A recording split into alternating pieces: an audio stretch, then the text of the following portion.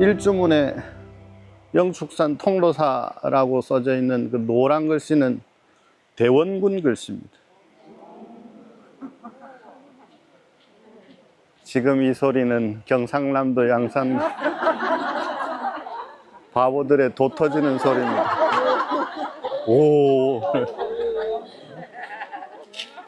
대원군 글씨가 여러 점이 있는데 그 중에 대표적인 것이 들어올 때 써져 있는 그 노란색 글씨, 그 다음에 통로사 금강계단이라고 써져 있는 글씨, 이런 것들이 대원군의 글씨입니다. 딱 들어오면서 이 마지막 여러분이 방금 지나온 문이 이제 사천왕문이잖아요. 그죠? 천왕문을 들어오기 이전과 천왕문을 들어오고 난 뒤에 공간은 완전히 이제 달라지는 겁니다. 불교의 세계관이 33천을 세계관으로 가지고 있는데, 그건 불교의 세계관으로 보면 불교는 역피라미드 형태로 되어 있다라고 이야기를 합니다. 그래서 이렇게 되어 있는 건 지상, 역으로 반대로 되어 있는 건 이제 하늘, 거기에 이제 이렇게 사륜이 돌고 있다. 이게 불교가 가지고 있는 기본적인 세계관이에요. 사천왕천은 어디 있느냐? 요 수미산 지상에 있는 하늘이, 지상에 있는 끝 지점에 하늘이 시작되는 그 사이에 있는 곳이 사천왕천이에요. 요 세계를 지나야 불보살의 세계가 펼쳐지고, 요 밑은 지상의 존재들이 사는 곳이란 말이에요. 그걸 공간적으로 푸는 곳이 바로 이 사천왕문이에요. 사천왕문 이전까지는 그래서 부처님의 세계가 안 나오는 겁니다. 사천왕문을 딱 넘어서면 부처님을 모신 불전이 펼쳐지죠. 사천왕천을 탁 통과하면 부처님 세계가 펼쳐진단 말이에요. 그게 불교의 세계관을 지상에 구현을 할 때 목적을 가지고 해놓은 거야. 왜 사천왕 이전과 사천왕 이후가 달라져야 되느냐? 다른 것인가? 지상에다가 하늘 세계를 구현을 한 거니까. 여러분들은 지금 지상이지만 하늘을 걸어서 지상을 넘어서 사천왕문을 딱 넘어서는 순간 공간이 탁 하고 바뀌는 거예요. 한국 불교만 가지고 있는 특징, 또 통도사만 가지고 있는 특징 중에 하나가, 저렇게 일직선상에 담이 있으면 저 집이 가랑각인데, 가랑각은 토지신을 모시고 있는 공간이란 말이에요. 근데 왜 우리나라에서만, 다른 곳에서는 안 나타납니다. 우리나라에서만 토속신앙을 그대로 가지고 들어옵니다. 중국이나 일본은 신들을 변화시키긴 해도 그 땅에 있는 신들을 가지고 들어오지는 않는단 말이에요. 그러면서 저 안에다가 토지신을 모셔놓고, 통도사 주지스님이 12월 말 금음날 밤에 유일하게 밤기도를 하시는 곳이 어디냐면 여기입니다. 왜 기도를 할까? 신에게 잘 봐달라고 할까? 아닙니다. 수많은 대중이 살아가는 이 공간이 한 해가 무탈한 것처럼 다가오는 한 해도 무탈하면 좋겠다라고 하는 상징적인 의미로 여기서 밤을 새는 거예요. 한국 불교 속에서는 그래서 산신도 들어오고 토지신도 들어오고 다 들어올 수 있는 거예요. 독특한 겁니다.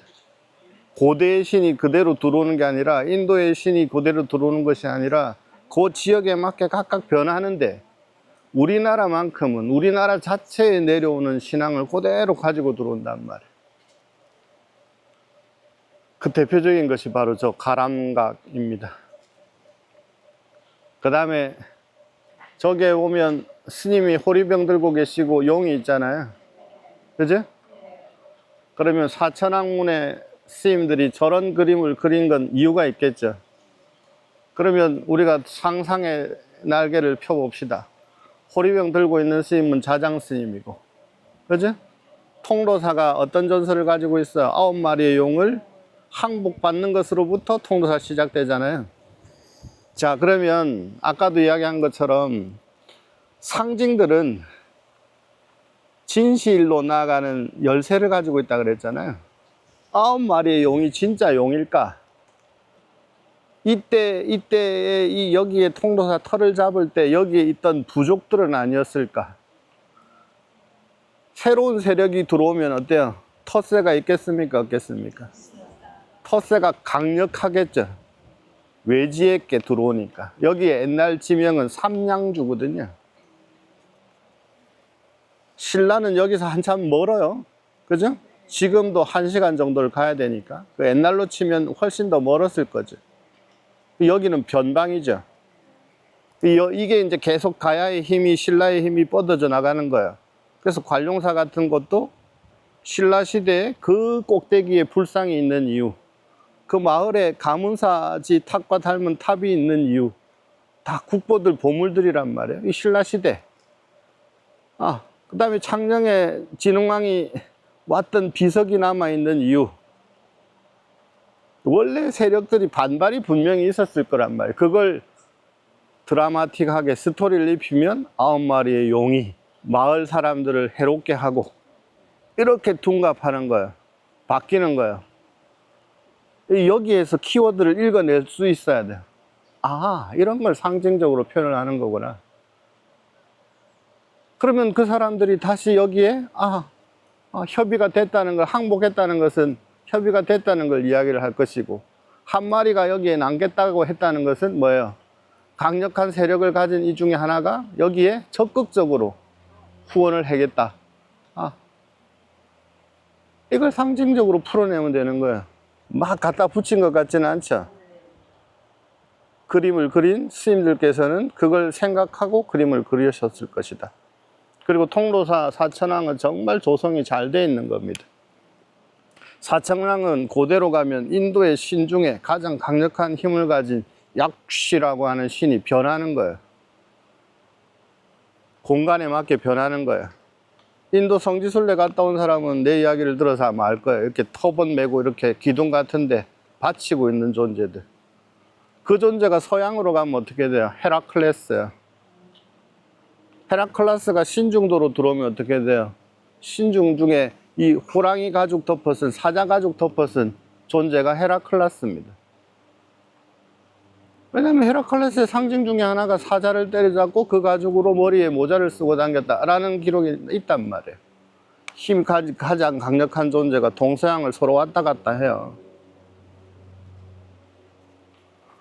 사천왕은 약시에서 출발을 해서 조 담마로드라고 하는 공간을 통해서 점점 동양의 장수의 모습으로 바뀌어요.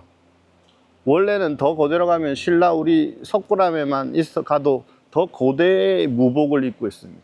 그리고 바치고 있는 존재들도 달라요. 이 시대에 따라서 이렇게 변화해 오는 거예요. 자, 통도사는 건축 백화점이라고 불립니다. 다른 절이 가지고 있는 하나의 장점이 아니라 세 개의 장점이 한 곳에 모여져 있다.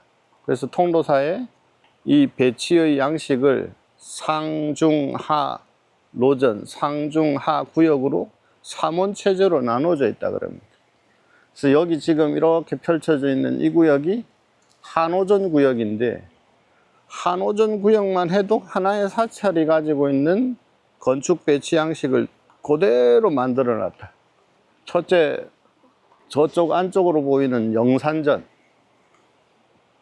영산전은 영산전 자체가 보물 국보급이고 안에 있는 벽화가 다 국보 보물급이에요. 그림에 관심이 조금이라도 있다면 저기에 앉아서 하루 종일 그림만 봐도 부처님의 일생을 그려놓은 팔상도, 그 다음에 부처님 중생들을 어떻게 교화하시고 응접하셨는가 펼쳐져 있는 석시응화, 석시원류 응화사적, 그 다음에 세계에 유례가 없다는 법화경 읽은 사람은 아는 다보탑이 솟아 올라와서 부처님하고 다보불 하고 같이 계신 이불병좌, 그림의 보고 중에 보고입니다. 영산전이 있고 그 맞은편 건물이 만세루거든요. 그 양쪽으로 이쪽 건물이 극락전, 반대편의 건물이 약사전. 이렇게 되면 가운데 탑, 1탑 4전의 양식이 그대로 나타나는 거예요.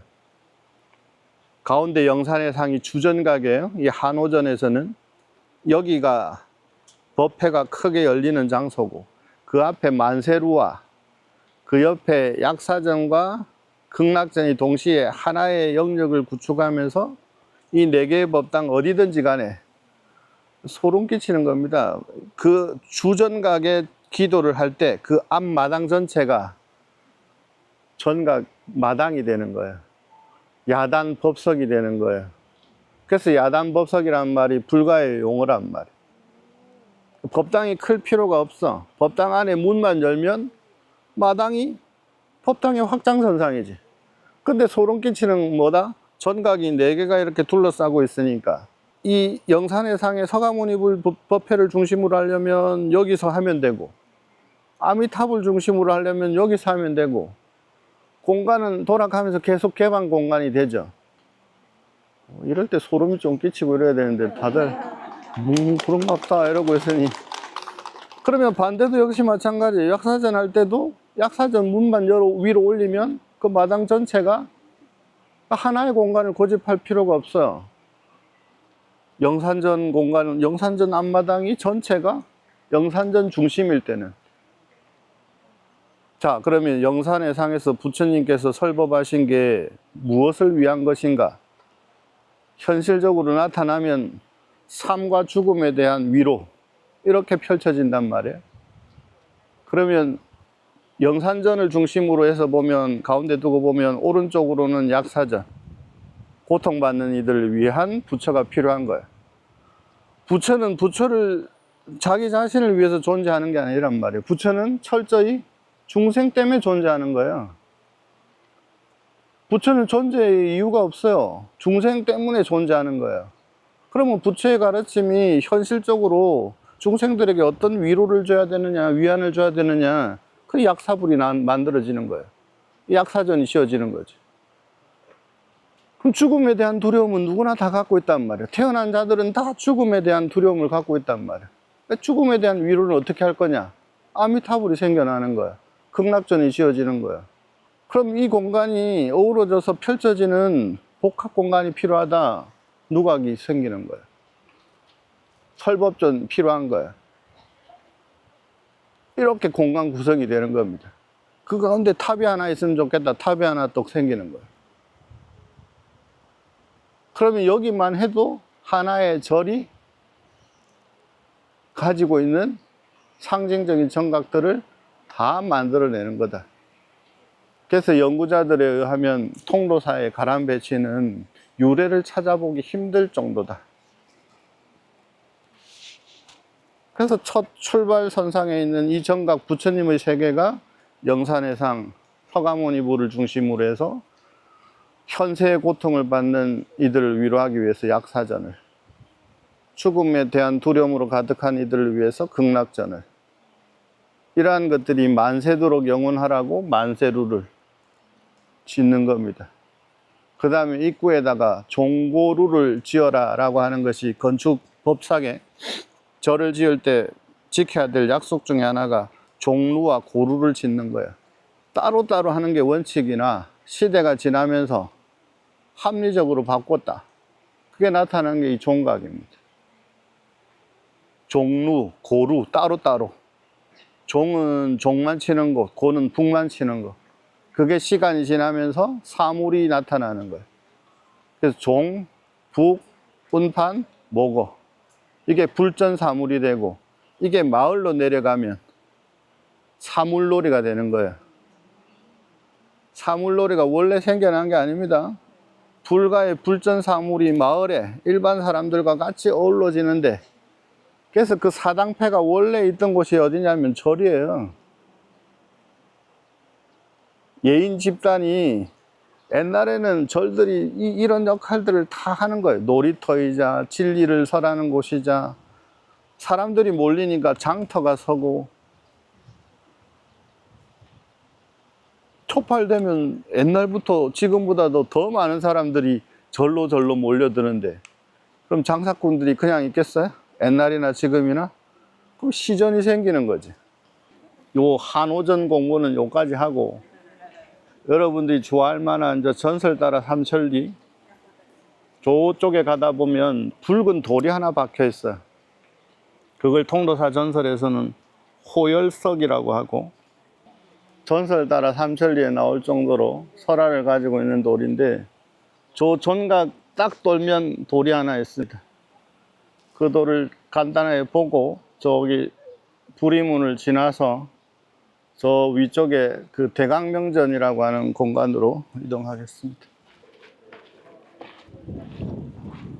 호랑이의 기운을 눌렀다 해서 호혈석 그럽니다.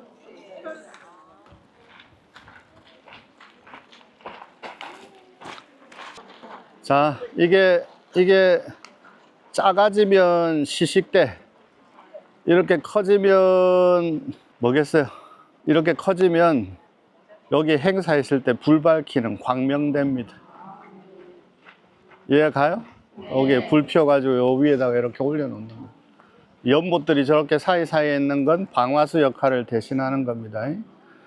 두 가지 효과를 동시에 보는 거죠. 조경의 효과도 있고, 여차하면 저 물을 퍼서 전각 앞에 있는 것들은 그런 경우가 많고, 그 다음에 문에 저렇게 홈이 파져 있는 경우, 기둥, 문 중심으로 있죠?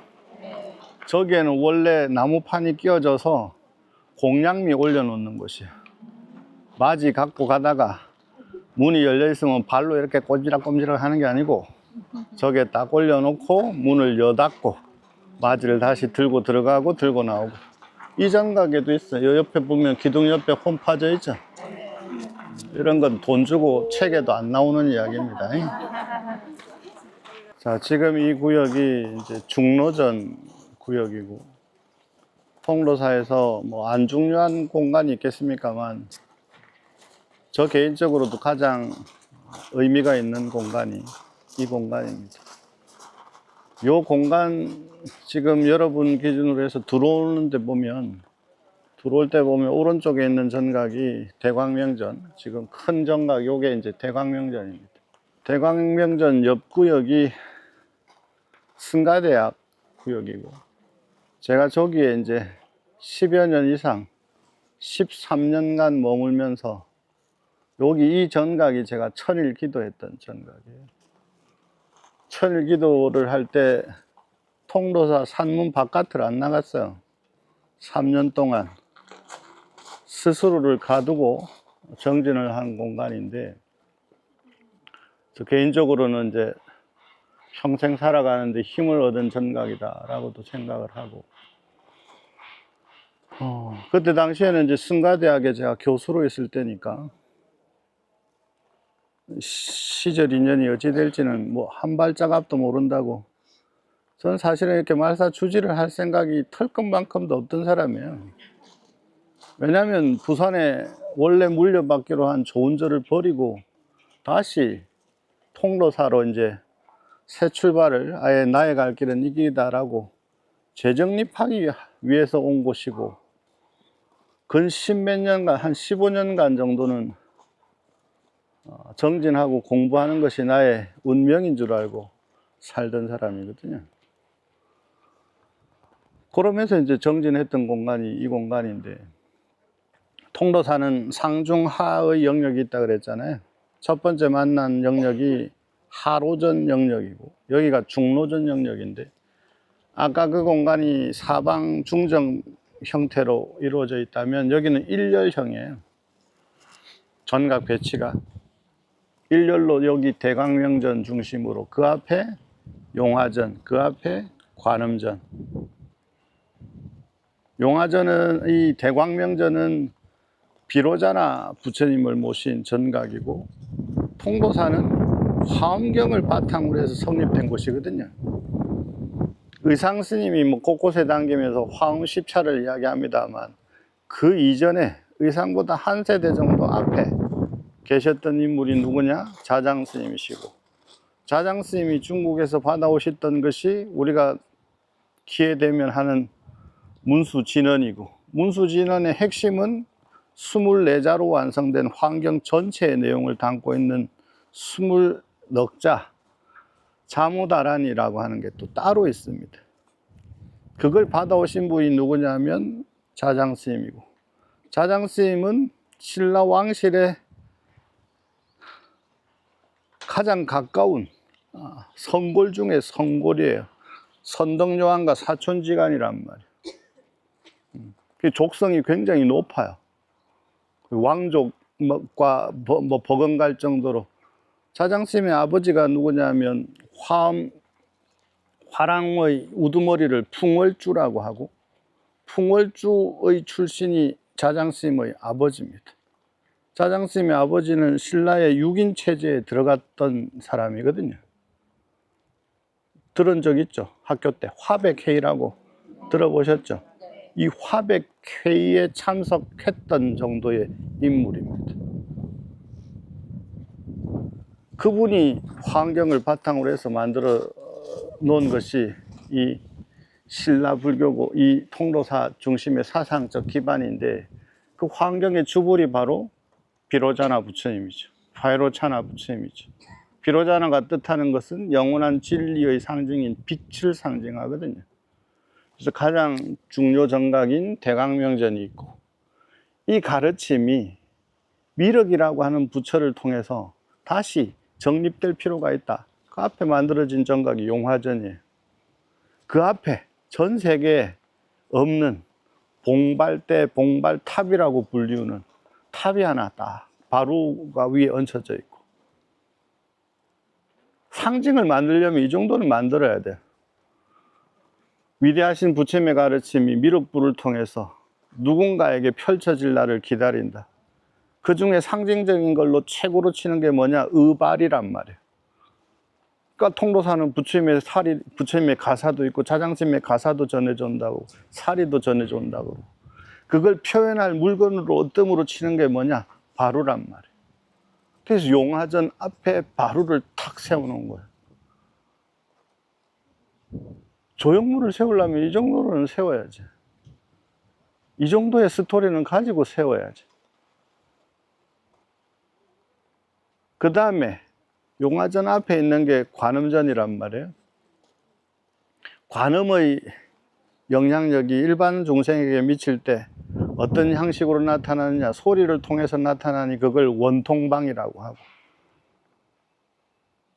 그걸 단이슬과 같은 공간이 펼쳐져야 된다고 하니 그 옆에 건물 이름이 감로당이에요. 원통소와 감로당. 감로당은 스님들이 지금은 몇 학년이 사는지 모르겠다.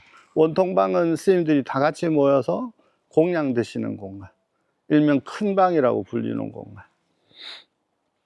이 공간의 별은 엄청난 상징적인 의미를 가지고 있는데, 지금 제가 서 있는 이 공간이 이제 더할 나위 없이 중요한 공간입니다. 통도사가 150년 전쯤에만 해도 이 문수전이 계속 이어져 내려왔는데, 어느 사이인가 이것이 단절이 되었어.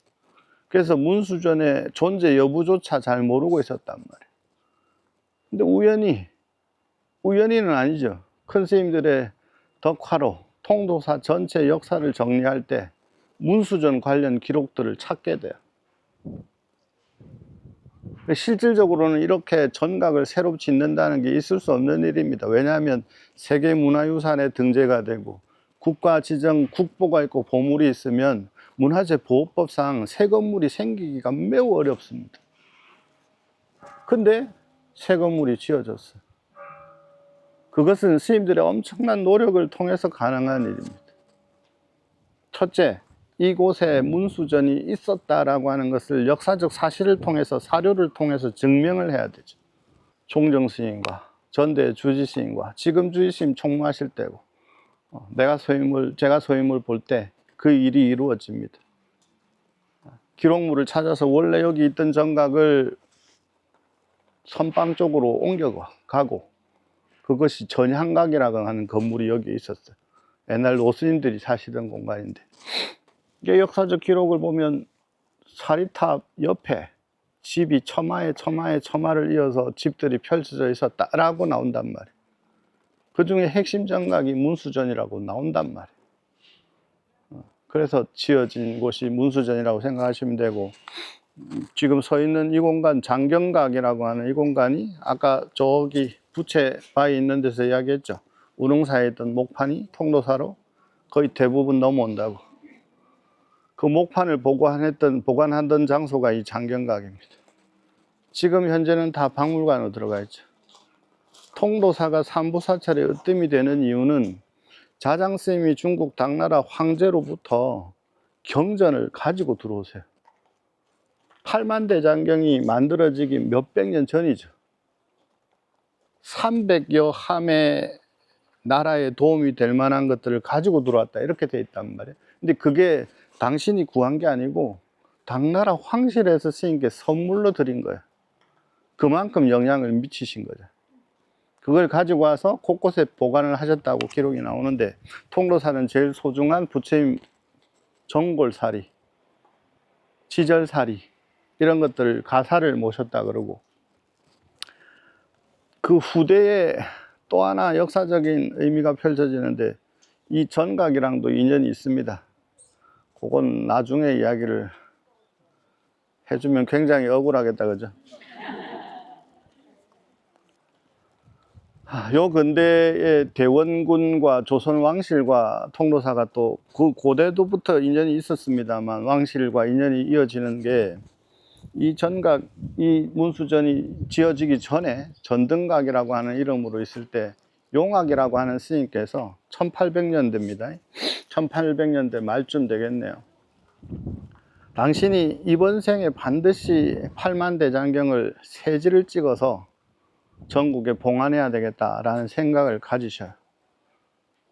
근데 한지를 찍는데도 지금 비용으로만 해도 수억이 들 텐데, 세지를 찍으면 수십억이 들 거란 말이에요. 지금 비용으로도. 옛날은 뭐 더 엄청나겠죠. 근데 그걸 이룬 곳이 어디냐면 이 통도사예요. 원래는 저기 경기도 쪽에 있는 서광사라는 절에 계시던 분인데, 꿈에 이는 통도사를 가야 그 일이 이루어진다라는 현몽을 받으시고, 여기 와서 기도정진하시고 왕실에서 힘을 내주고 해서 대장경을, 해인사 대장경을 찍어냅니다. 그래서 전국에 보관을 하고, 통도사는 온질 한지를 보관을 해요. 근데 다른 곳에 있는 건 다 흩어지고 온질로 남아있는 거, 요 근래에 한 100여 년, 200여 년 상간에 만들어낸 완벽한 해인사 대장경 인경본은 어디 있느냐? 통도사에 있습니다. 그러한 공간들로 이루어졌던 것이 이 장경각이란 말이에요. 그 다음에 그 앞에 있는 건물이 해장보각이라고 자장스님을 모신 조사전이거든요. 근데 그 건물 앞에도 보면 아까 들어올 때 이야기했죠. 왕실의 권위를 나타내는, 왕릉을 모시고 있는 곳에 나타나는, 왕이 지나다니는 문에 세우는 것이 산문이다. 솟을 산문이다. 그 양식을 가지고 있는 게 바로 그 앞에 대문이에요.